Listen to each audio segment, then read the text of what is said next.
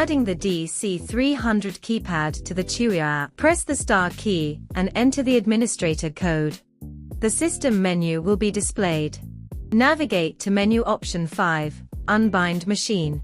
Use a short press of the hash key to scroll through the menu options. When option 5, Unbind Machine, is displayed, press and hold the hash key to confirm. A brief success message will appear on the keypad screen to confirm that the device has been unbound. Open the Cheerier Smart app on your mobile device. Wait for the keypad to be automatically detected.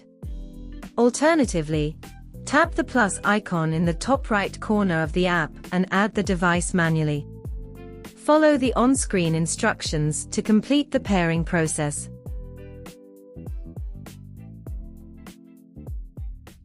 Once the keypad has been successfully added, test the connection by pressing and holding the unlock button within the app.